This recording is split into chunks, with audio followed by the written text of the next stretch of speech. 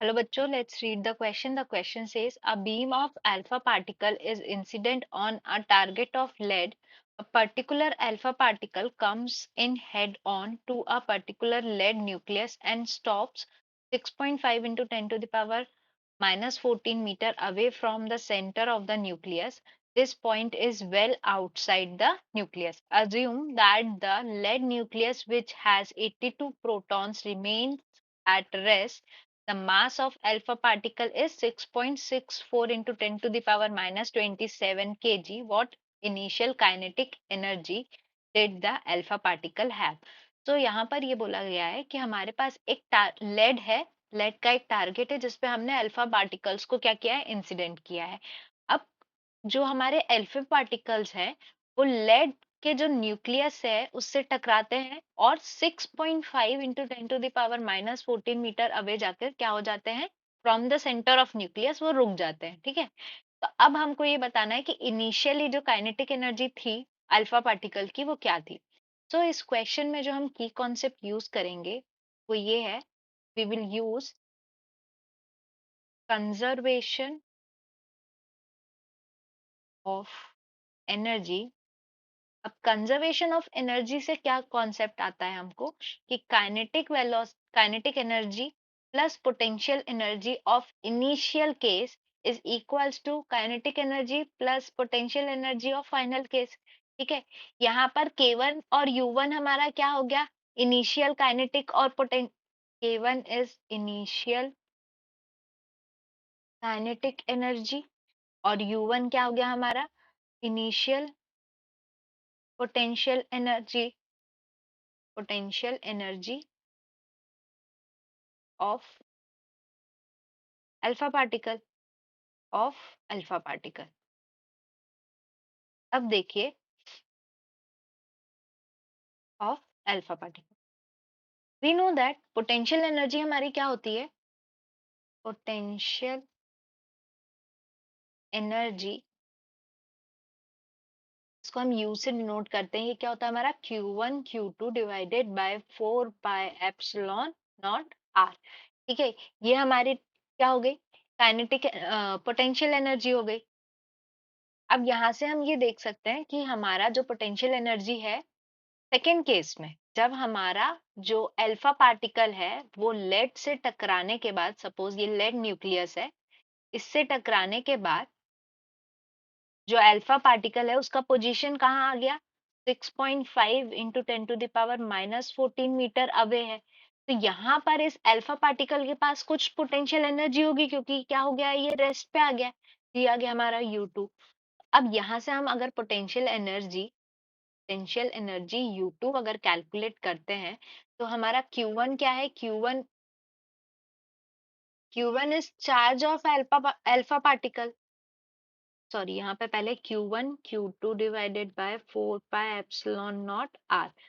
Q1 क्या हो गया यहाँ पे, चार्ज ऑफ अल्फा पार्टिकल, और चार्ज ऑफ अल्फा पार्टिकल क्या होता है, 2 टाइम्स ऑफ इलेक्ट्रॉन। ठीक है, और Q2 क्या हो गया यहाँ पे, चार्ज ऑफ लेड। अब लेड में देखिए यहाँ पर लेड में कितने प्रोटॉन्स हैं, 82 प्रोटॉन्स हैं, यानी न्यूक्लियर हमारा चार्ज क्या हो जाएगा, 82 ई। अब ये दोनों वैल्यूज अगर हम पुट करते हैं और दोनों के बीच में डिस्टेंस आर कितना है, R is 6.5 into 10 to the power minus 14 metre. तब यहाँ से अगर हम काइनेट पोटेंशियल एनर्जी निकालते हैं तो वैल्यूज पुट करेंगे, तो अगर हम वैल्यूज पुट करते हैं तो हमारी इक्वेशन क्या बन जाएगी, यहाँ पर सबसे पहले 9 9 into 10 to the power 9 into 2 into 82 into 1.6 to 10 to the power minus 19 square. ठीक है, ये 9 into 10 to the power 9 कहाँ से आया, हमने 4 पाई एप्सिलॉन की वैल्यू को पुट किया और नीचे r की वैल्यू क्या आ जाएगी, 6.5 into 10 to the power of minus 14। इस पूरे को सॉल्व करेंगे तो हमें क्या मिलेगा, 5.82 into 10 to the power minus 13 joules. ये क्या हो गई हमारी, जब अल्फा पार्टिकल रेस्ट पे आया तो वो जो पोटेंशियल एनर्जी है उसमें ये है। ठीक है, अब देखिए हमने क्वेश्चन में देखा था कि kinetic potential energy is inversely proportional to R. तो इनिशियली अल्फा पार्टिकल हमारा कहाँ था, फार अवे था. Alpha particle is at far away distance. इसका मतलब क्या हुआ, हमारा जो आर की वैल्यू है it is equivalent to infinity हम ले सकते हैं. हमारी पोटेंशियल एनर्जी क्या हो जाएगी, पोटेंशियल एनर्जी इनिशियल केस में, तो इनिशियली पोटेंशियल एनर्जी, जिसको हमने काय से डिनोट किया था, U1 से, इज इक्वल्स टू 0 हो गया.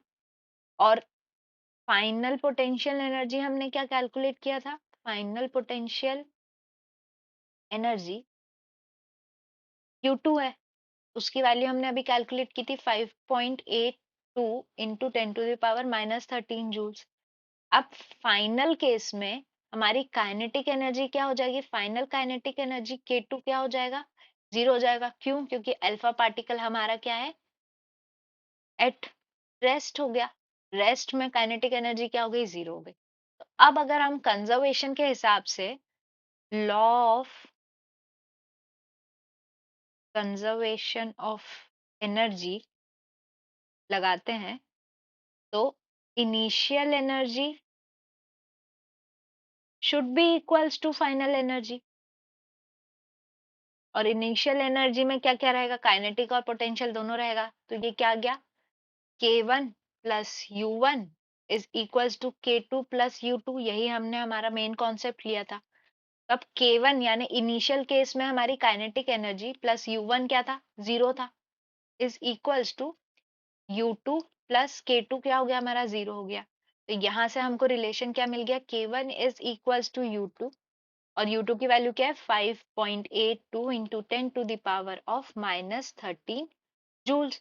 अब इसको अगर हम इलेक्ट्रॉन वोल्ट में कन्वर्ट करते हैं, तो हमारे को क्या करना पड़ेगा, इसे डिवाइड करना पड़ेगा. 5.82 इंटू 10⁻⁻13 डिवाइडेड बाय 1.6 इंटू 10⁻⁻19 को सॉल्व करेंगे, क्या आएगा, 3.63 मेगा इलेक्ट्रॉन वोल्ट्स. ठीक है, ये आ गया हमारा मेगा इलेक्ट्रॉन वोल्ट्स में. तो हमारी काइनेटिक एनर्जी क्या हो जाएगी, initial kinetic energy is 3.63 mega electron volt. ये आ गया हमारा रिक्वायर्ड आंसर. तो अगर हम ऑप्शंस देखें तो हमारा करेक्ट ऑप्शन क्या हो जाएगा, ऑप्शन सी, क्योंकि मेगा इलेक्ट्रॉन वोल्ट्स में था. ठीक है, तो ये क्या हो गया, हमारा answer is option C. I hope you understood the question well. Best of luck.